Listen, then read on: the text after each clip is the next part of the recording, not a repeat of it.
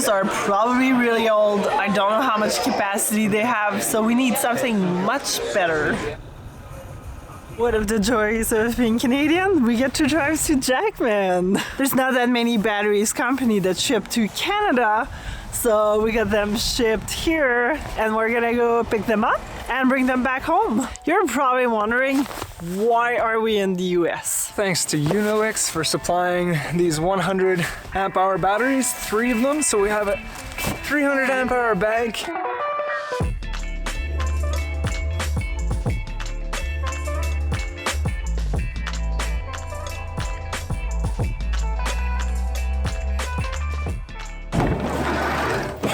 Well, our new batteries have crossed the border, and it turns out we learned something new. We actually, regardless of if you pay for something, you still have to pay duties when you cross the border. So we are very fortunate that Unowix supplied these 3 batteries for us, and we didn't pay anything for them. But we did have to pay duties of 15% when we crossed the border from the US to Canada. Alright, making some room in here, taking out some of the shelves. I'm gonna remove this second shelf and then start going at the battery project. Kind of funny, nothing's holding these in except for these little shelf stoppers. Kind of entertaining, actually. Makes it easy to remove though. Gotta love flatheads. There we go. Yeah, that's a wide shelf. It's gonna be a decent amount of stuff we can put in here. Time for some big cables.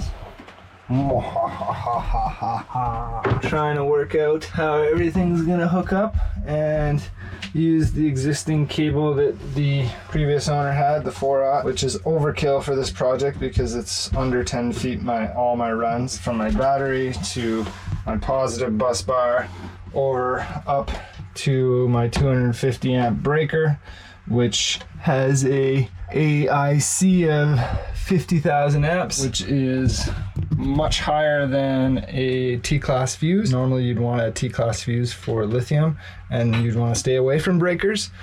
But because this breaker has such a high rating, I think it's fine. Now some people might say, well, that's not proper because technically it should require a T-class. But I'm pretty sure this big beefy breaker is going to do the job just fine. And it's only going to be a short run of way overkill wire to this bus bar that won't be protected with a proper T-class. So yeah, anyway, that's enough rambling. I'm going to ramble a lot for this project, more than likely, at least until Alex goes to bed. I'm just going to be working on getting all these batteries hooked up. 3 100 amp hour batteries to make a 300 amp hour 12 volt bank, and get our 3000 watt Renogy charger inverter, so it does both charging our batteries and inverting our power to AC power. Our batteries were generously given to us by Unowix. We're going to make sure to give a honest review about them and tell you all the pros and cons, because we're only really familiar with the DIY batteries from our past. So it'll be nice to, change it up, use a brand of batteries that we haven't tried before, and these are drop-in replacements, or so-called drop-in replacements. So we'll see how those work comparing to the DIY battery and what the differences are. It's gonna be kind of a no bullshit review, because if I don't like it, I'm gonna tell you about it. What Corey is trying to say is that we're the type of people that try to please just to get something for free. We're gonna tell you if we actually like them or if we don't. Using this 3000 watt inverter and over, a few cruising seasons, if they hopefully last that long at least, we'll give you our true opinion about how they work.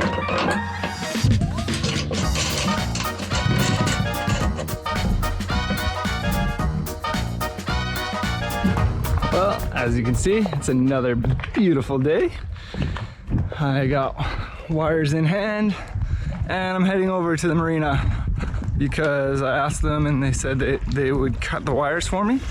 They weren't able to loan me the tool, but I only have a few cuts because yesterday I tried cutting it with a hacksaw and I think I made a mess of it because getting the lug on was such a hassle. It was so difficult to actually get all the wires in, because when you cut it with a hacksaw, it just kind of makes the whole end of it kind of flare out just a touch, and that just gives you a heck of a time trying to get the lug on the wire. So hopefully with a nice clean cut, we'll solve that problem and we will make the project go a lot faster. But man, it's a long walk to the marina.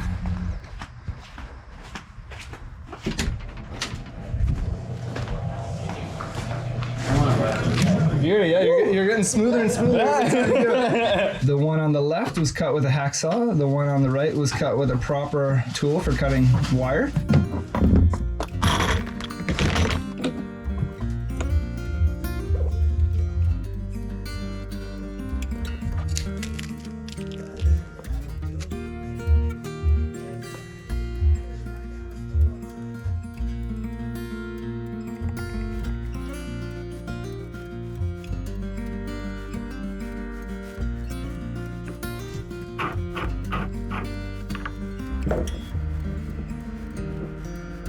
I'm happy with that.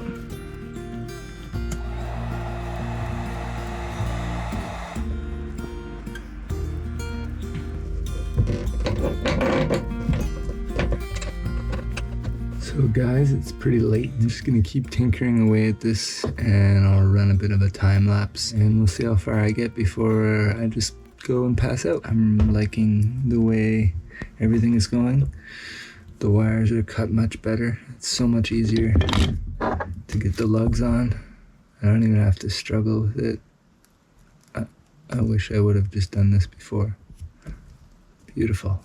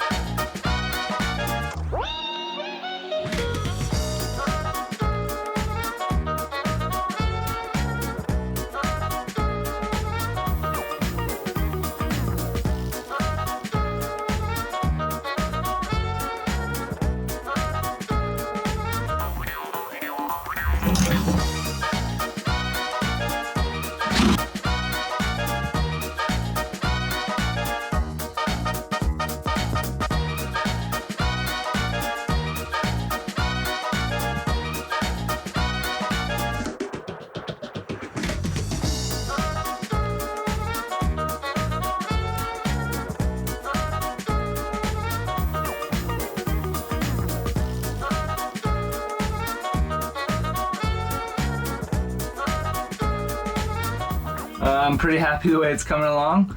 I decided to grab a piece of foam while I was working in here so I don't accidentally put a tool on the batteries or something and short things out. I also taped up my wrench and stuff to make my positive connection in the back. I gave a little bend in them just in case there's a bit of expansion or they move around a little bit. I also have to put a strap across, and I'm gonna put some wood on this side to kind of keep them tight up against the bulkhead here. I also found another black wire that was hidden away that I had forgotten about because I could have sworn I was missing a black wire and it was tight on wiring. So now I still have this spare, which I needed anyway, to connect my grounding, because the chassis ground needs to be connected to my DC bus, which is then going to go to the rest of the grounding on the boat. The chassis ground is meant to be one size smaller than the wiring that you're using for your main battery connections for your positive and negative. The one issue though is, you know, that's a fairly large lug. Most of these lugs here, they're all 5/16. Look at this tiny little dinky screw that I'm supposed to somehow get. I mean, this is a 4/0, but obviously even a 2/0, or, you know, I mean, if look how close my batteries are. And I'm using a 4/0. Even if I think I can get away with a 1 gauge being this close and having such short runs. But like even a size under a 1 gauge, you know, a 2 gauge or something, you're not going to fit that on there. There's no lug that's that small, I don't think. And I mean, it wouldn't carry the current needed if there was a fault inside this between the DC side. So anyway, kind of ridiculous. So I'm gonna drill a hole over here and put a bolt. Basically, I only have a stainless bolt, but the nut and washer and everything are going to be non-stainless because they're more conductive, because stainless is not very conductive. Anyway, sorry, I ramble a lot. I've got a lot of things going on in my head. I apologize if some of the electrical videos are a little all over the place. I'm just really trying to pound it off and get it complete before we head out for a sail in 2 days. So I've got 2 days to get the electrical sorted, ideally put the other solar panel up and get that wired in, tidy everything up, make sure everything's secure, all the batteries are secure, everything that can move around during a sail, because I want to sail and not just motor over it. It's going to be super fun. We're heading over to Beckwood Island, and with the whole family. Alex is almost all of her family's here, except for her sister, and yeah, it's going to be epic, but I got a lot of work to do, so let's get it done. I'm thinking putting the cable somewhere here-ish, maybe a little higher, so I'm well away from the battery negative. I gotta get a good connection underneath where this is going.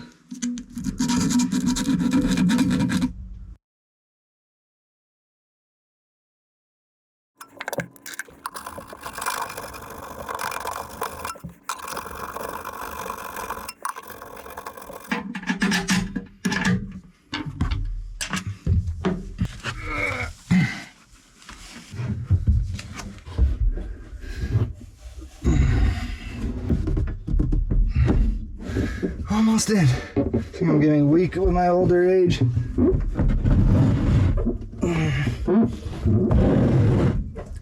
All the weight's in the back. Okay. It's it. I was gonna put some of this fireproof mat underneath it, but if an inverter catches fire, there's a problem.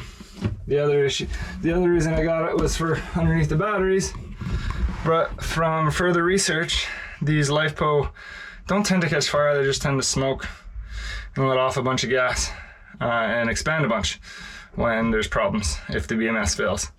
So I'm not as concerned about fire. It doesn't get to a combustible state. So that's good. Hopefully I'm not the only one who tends to work in a mess like this. Oh, it's terrible.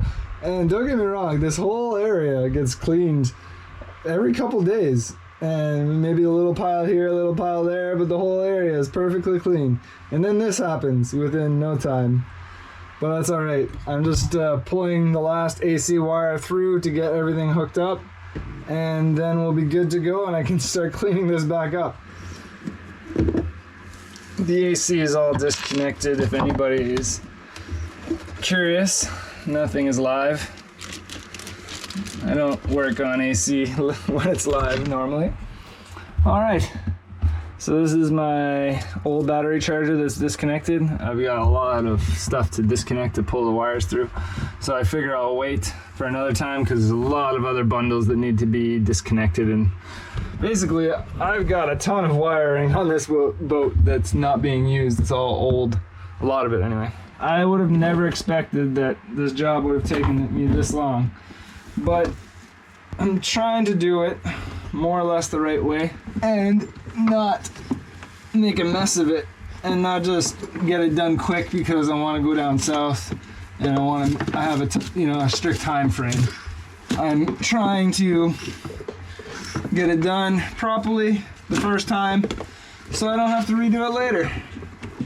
That's the goal here. My plan here is I have an in and an out wire. The out of the inverter is going to power all of my AC needs, and the in of the inverter is going to come from the main power coming from the shore power inlet, which is connected over here. So I'm gonna make my connections and then we should be good.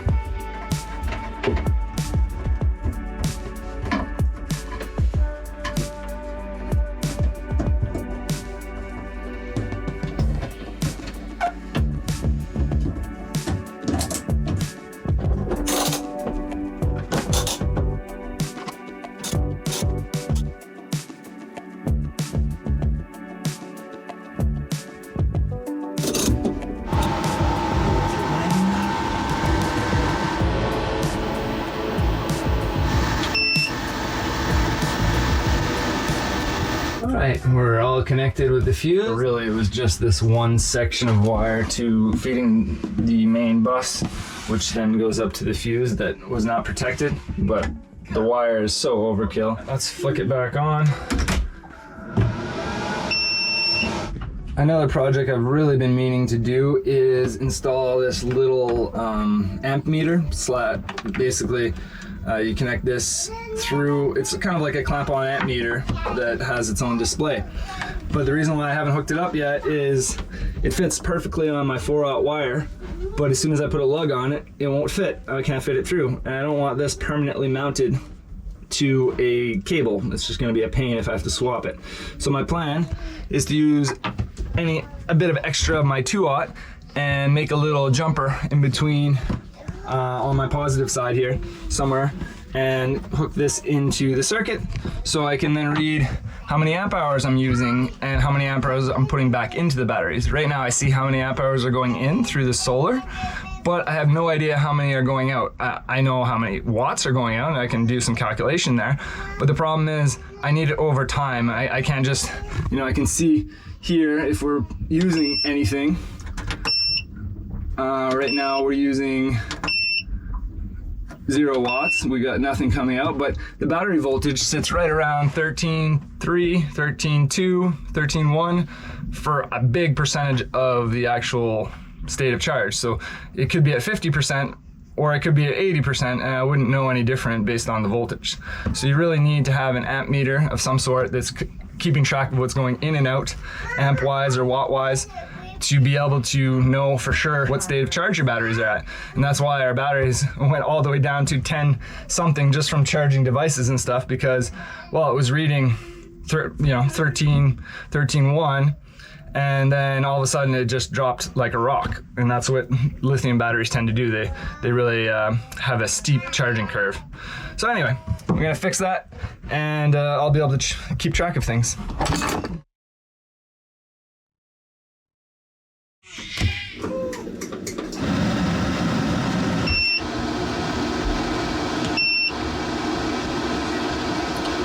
.4 kilowatts. 1.5 kilowatts. That's a little off.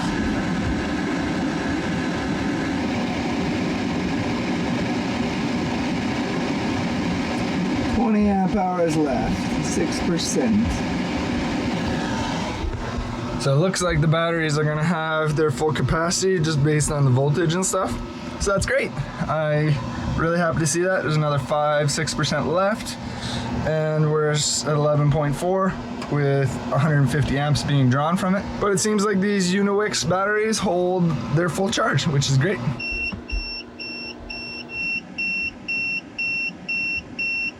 Well, it made it down to 4%. I'm pretty happy with that. So basically, it's not reading exactly right when I check with my amp meter. So we have full capacity. Let's charge these batteries right back up. Plug back in.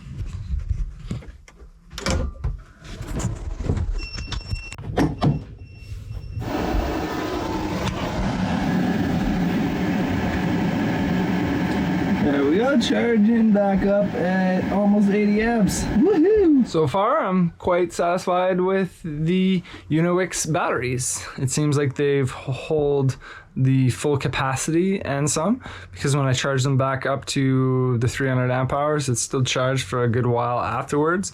So I must not have had them like right at the tip-top charge when I actually started the test, or my meter is just a little bit off because it's not reading the exact same as my amp meter, my clamp-on amp meter. So that there's a little bit of variance there as well. So I probably need to calibrate that, but I'm pretty happy with the output. It seems like there's at least 300 amp hours in there, which is the main purpose of the test. So I can definitely recommend Unowix, at least for the capacity. Now time will tell if they have a sufficient lifespan.